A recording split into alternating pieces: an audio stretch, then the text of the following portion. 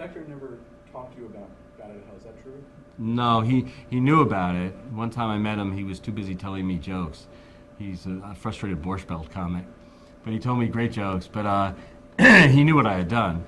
He seemed to know everything about charts, and he knew that I idolized him. Whose validation of the album meant the most to you?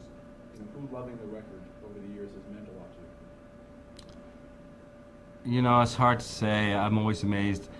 I shouldn't be if it sold 40+ million copies, but I'm amazed at to tell you the truth, every person who, I read every bit of mail, and I'm moved by almost all of them. I mean, I've probably read 20,000 pieces of mail that just amaze me, because they're often great stories, and, about people's lives being saved and all this.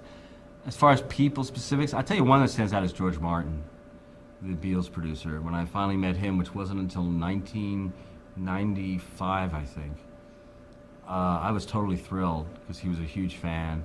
And plus, I liked the way he phrased it. It wasn't artistic, so to speak.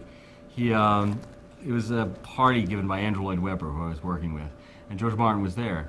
And in the living room with like 20 other people there, George Martin suddenly stood up and did this toast and said, "Jim, I just want to toast you because Bat Out of Hell 2 basically revitalized the record business last year in England, and I own 3 studios, so you personally brought me a lot of business. And there's nothing I could be more genuinely thankful for. Plus, I think they're absolutely brilliant records. And you're continuing the tradition I felt that we started with those Beatles, trying to push the envelope and the frontier in terms of sound. And I just want to thank you for some great, great recordings." And I was tingling. It was George Martin, who, another hero. And that's another great example. When you listen to, not the early Beatles, but you listen to Sgt. Pepper or the White Album, you don't envision a band in a room. It's a whole other creation. He took records to a whole new place. And Roy Thomas Baker, who produced Queen, was a big fan. That meant a lot to me. A lot of musicians, too numerous to mention. I was incredibly thrilled when Lou Reed wrote something for Musician Magazine that was so eloquent. Most of this stuff is from Bat Out of Hell 2 because I wasn't reading stuff as much in Bat Out of Hell 1. But do you remember any of the slag, the negative reviews? Oh, I remember negative reviews really well. Yeah. What was your favorite negative review? Oh, Dave Marsh was always the biggest asshole. Dave Marsh's first review for Rolling Stone was classic. Rolling Stone has always hated us. They always had this thing, and it never bothered me really a lot.